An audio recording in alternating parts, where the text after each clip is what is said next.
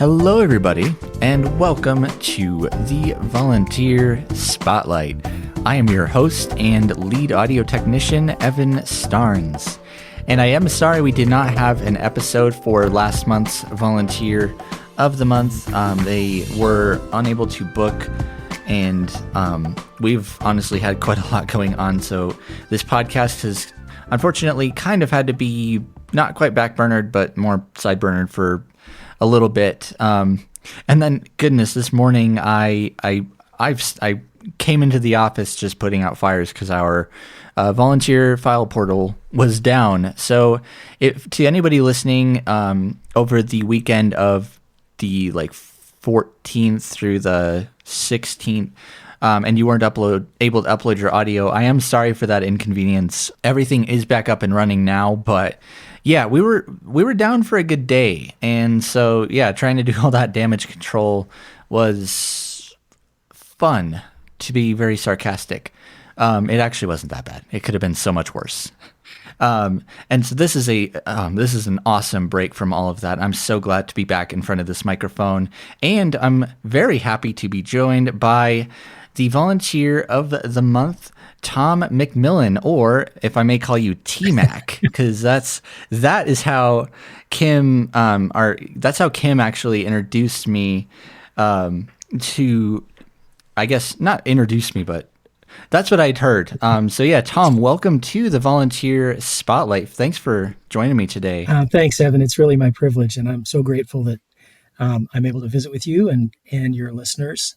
And I'm especially honored and humbled to be Volunteer of the Month because I haven't been doing this that long. So I'm really grateful to visit with you today. And the backstory of that T-Mac thing, we can talk about that in a little bit if you want. So actually, that would be I'd like to dive into that because I saw your application, and I'd heard about you from Kim originally. Well, actually, no.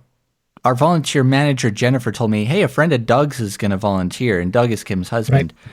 And so I told her, Thom McMillen just filled out an application, and so she was like, oh, yeah, T-Mac, and was telling me about all the little fun stories of, you and Doug's, because Doug's got a Steely Dan cover band. Steely Dan's one of my favorite bands. So yeah. Can we talk about that backstory if you don't mind? Sure. So yeah, Doug and I are in a Steely Dan tribute band called My Old School, which is one of the Steely Dan songs we do. Yeah. And I didn't know that Doug was related to or connected with Aftersight at all until after I had volunteered, which is pretty funny. But the whole T-Mac thing comes from the fact that at one point we had 3 different people named Tom in the band. And so we had to figure out how to refer to each Tom individually so we didn't get confused.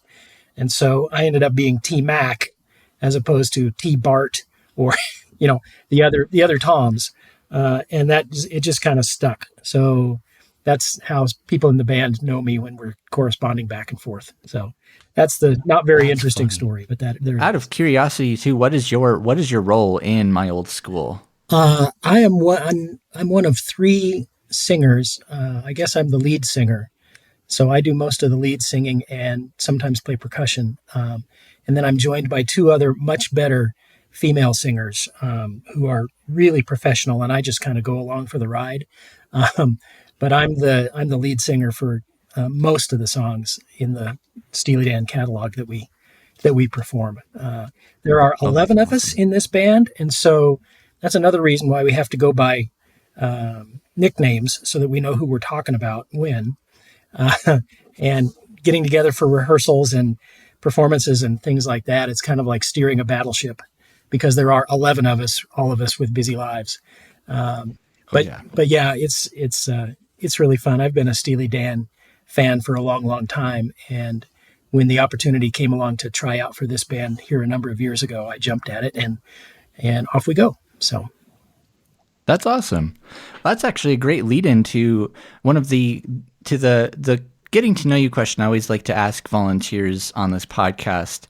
Me being a music lover and an audio guy, I always love to know what is your favorite type of content when it comes to audio to listen to the most? I imagine music, but Yeah, I listen to a whole bunch of music because I'm in a couple of other bands in addition to the Steely Dan tribute band.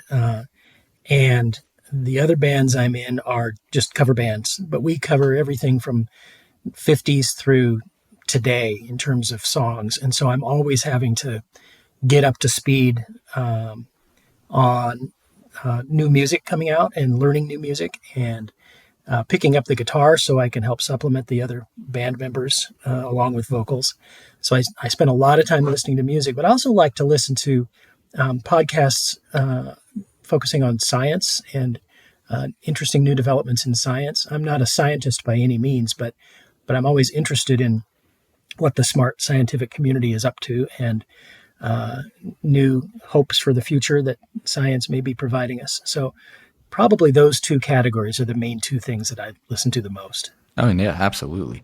Now, out of curiosity, I'm a science geek too, but what is there any particular like podcast that you like comes to mind that like, I definitely need to listen to, or some of our listeners might enjoy, some of our science geeks out there?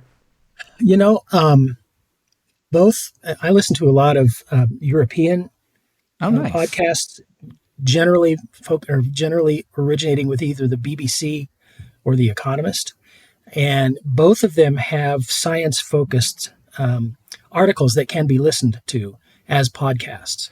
Ah, So I sort of you can subscribe to those science-oriented publications and podcasts, which I do with both the BBC and the Economist, that's awesome. and that's how I kind of get my science kick taken care of.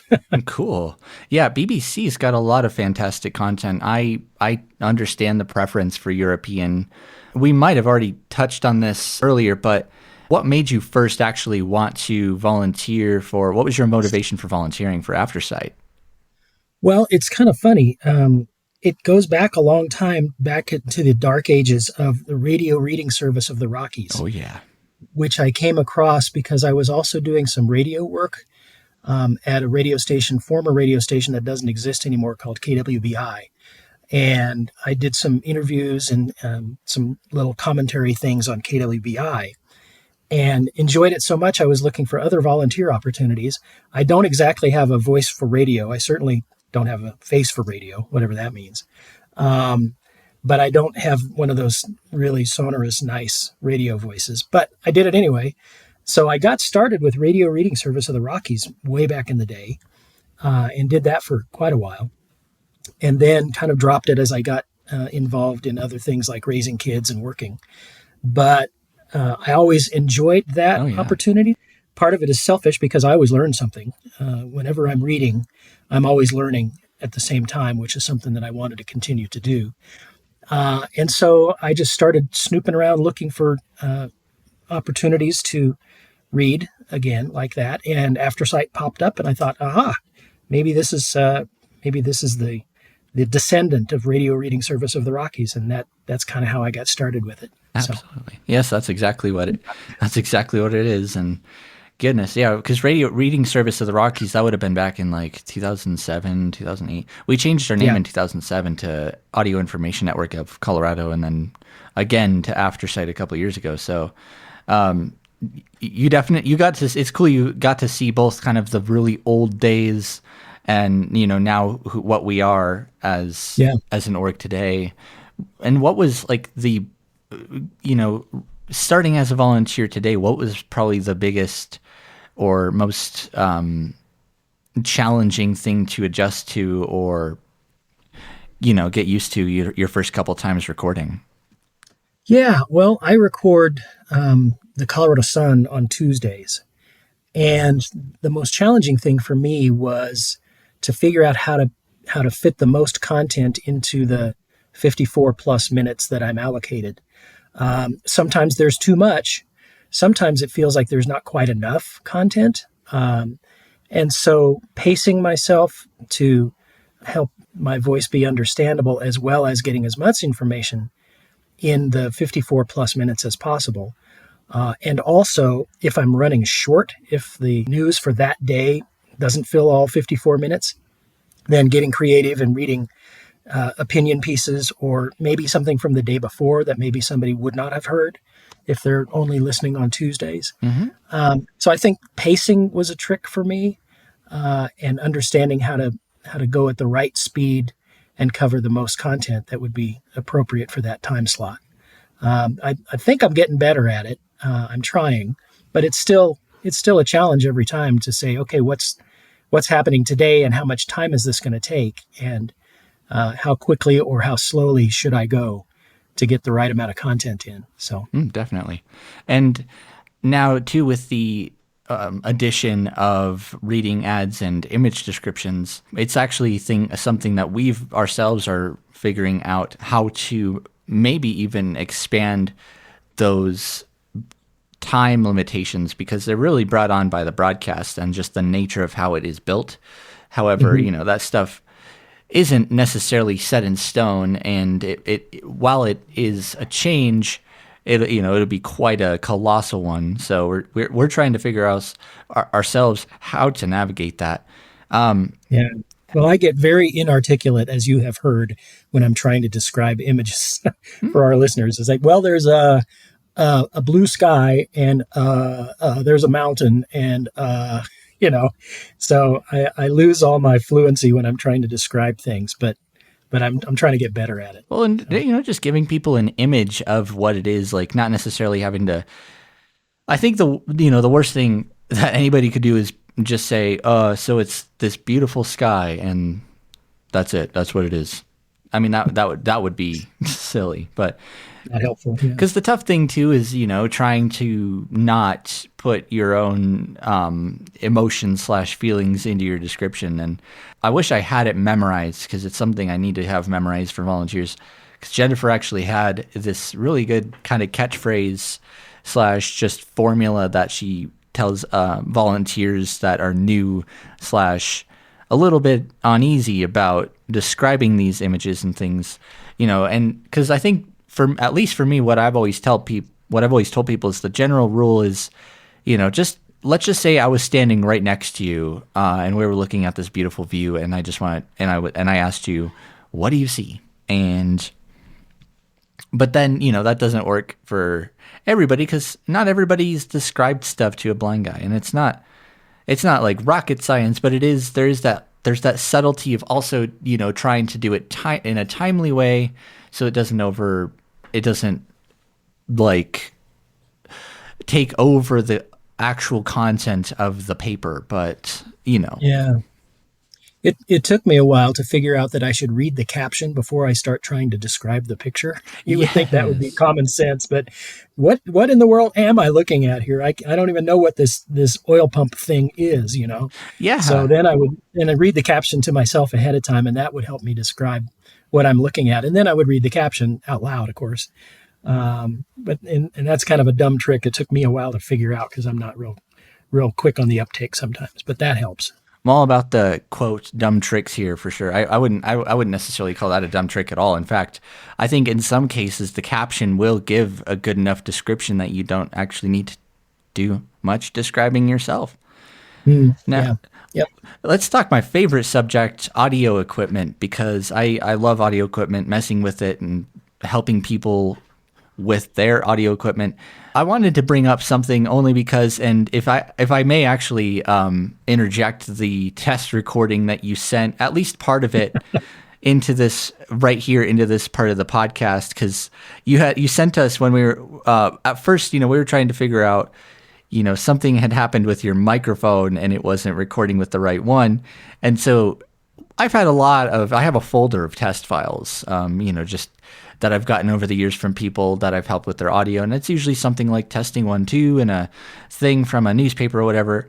And yours, honestly, it made the rest of my day. And I kind of ended up it was kind of something I sent to my team, like, hey, if you need a quick pick me up, T-Mac just recorded this hilarious test file and it was good quality. So I'd like to definitely put that in here. 'Twas brillig, and the slithy toves did gyre and gimble in the wabe.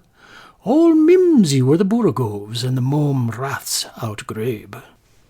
Beware the Jabberwock, my son, the jaws that bite, the claws that catch. Beware the Jub-Jub bird, and shun the frumious Bandersnatch.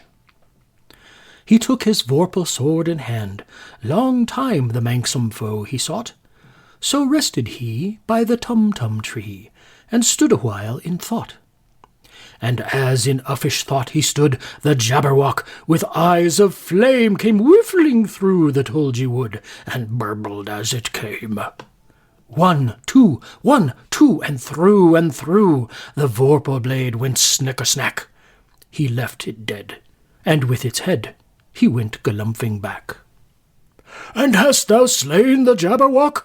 Come to my arms, my beamish boy, O frabjous day, callooh, callay, he chortled in his joy. 'Twas brillig, and the slithy toves did gyre and gimble in the wabe. All mimsy were the borogoves, and the mome raths outgrabe. And because you probably don't like that sample because I was being a little too theatrical, here's an article from the Colorado Sun. Colorado health insurance enrollment hits a record as a threat to federal subsidies looms.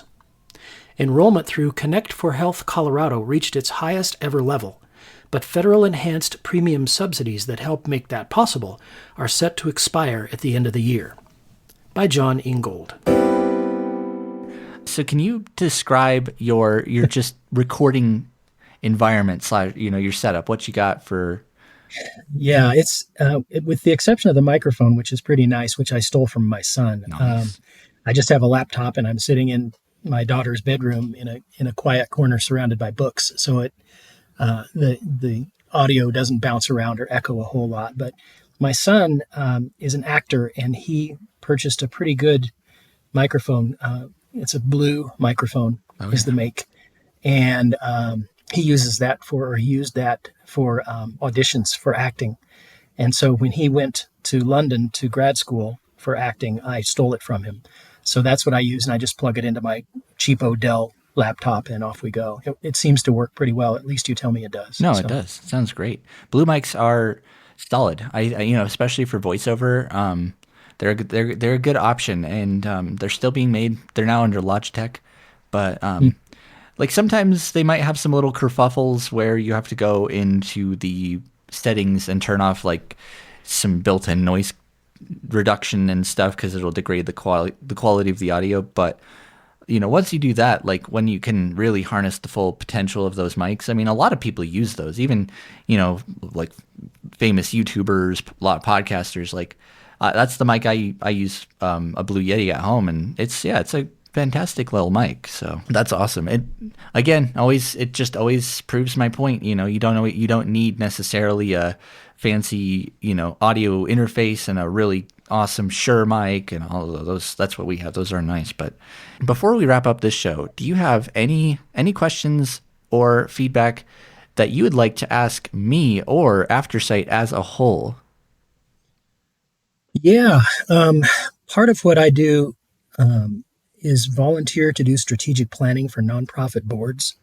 And I just got done doing a strategic planning for a charter school board down in Highlands Ranch recently.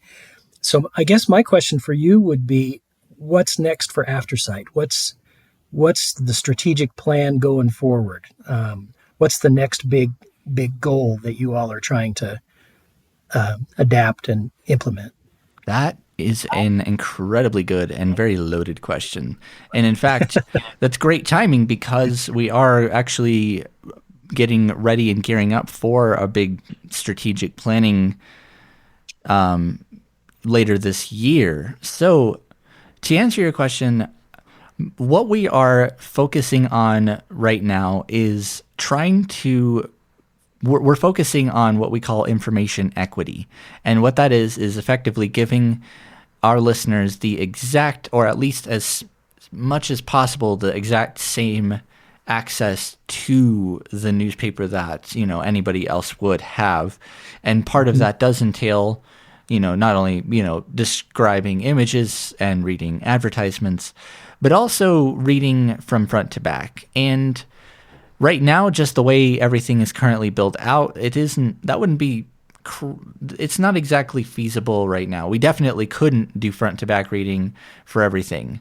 and especially trying to figure out how to divvy some longer papers or magazines up between volunteers, because I can't imagine reading for 2+ hours or an hour and a half would be the most preferred for a single volunteer. So it's like trying to figure out how in the world do we divvy that up.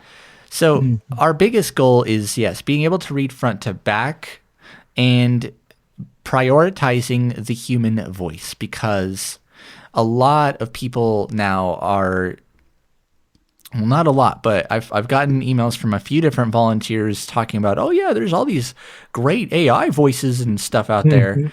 And I understand where people are coming from, and the whole AI, and AI is a very, very hot topic.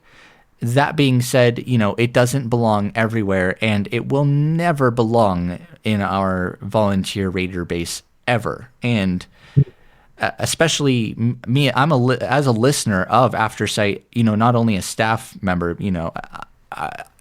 it would pain me to replace the human voice. Like, there's subtleties that it has, and it's just the concept of having somebody sit and record and read with their own voice, their own personality, and because AI, while it might sound really real and might be able to even take simulated breaths and stuff, it's always going to sound the same, and it's always going to sound super polished, and it'll have that computer element. Whether you can pick it up or not, you'll notice it. And so that's definitely one of the biggest things that we are that we're making sure to continue to just keep as a foundation of how we do our programming. So, yeah, too long didn't listen. Reading front to back, better image or add reading ads and describing images, and representing the content, and giving people the same access that everybody else would have. Yeah, that makes good sense. Definitely. And that is going to be, it's going to be a rollout. It's not going to be something like, you wake up the next day to record and it looks completely different. And because that, we're also trying to figure out ways to make it easier for volunteers that might not necessarily have a computer at the time, or we're trying to make it so that volunteers can just kind of smoothly upload their audio, and then it gets processed right there, and then it's there's a lot less back and forth. But I don't want to get too technical right now, because we haven't even really started strategically planning any of this. But yeah, I definitely do hope that answers your question. Yeah, it really does. It sounds like you have a pretty firm grip on where you're going as an organization, which is always helpful. Well, thank you. I do appreciate hearing that. Well, I'd like to actually, before we end the show, I was wondering if we could plug your bands, because anybody listening, I've been actually talking to Kim about this. Anybody here in the Colorado area, how often does My Old School play, and where can people find you guys? Because I'd love to. Sure. Well, like I say, with My Old School, with 11 people, there aren't very many places that can accommodate us. So kind of our favorite hangout is the Little Bear up in Evergreen. Oh, nice. Which is, for those who have or haven't been there, it's the most famous dive bar in Colorado, I think. But they can accommodate us, and they're very happy to have us there, and we almost always pack it out every time. We're playing there this coming Saturday, as a matter of fact. And the good news is, for people my age, we play from 1 to 5 in the afternoon, and so then we can go home and go to bed. Right. So, so yeah, if your listeners aren't doing anything this Saturday, we're going to be at the Little Bear in Evergreen from 1 to 5.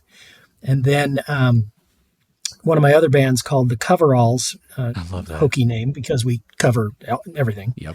We're going to be doing a festival at Anderson Park in Wheat Ridge here in another week or so. So Coveralls Colorado is that one. Myoldschool.biz is the other one, if people want to look us up. And there are calendars and announcements on both of those websites if people are interested. Well, fantastic.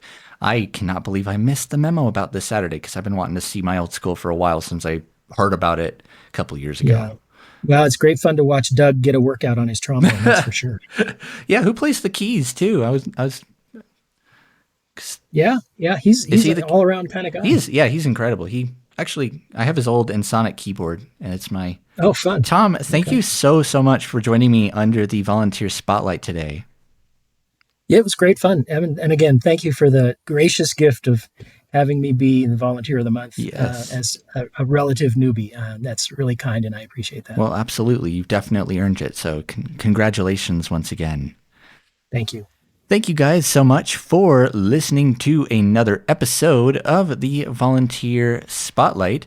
I sincerely hope that you guys continue enjoying this show and that it brings you benefit.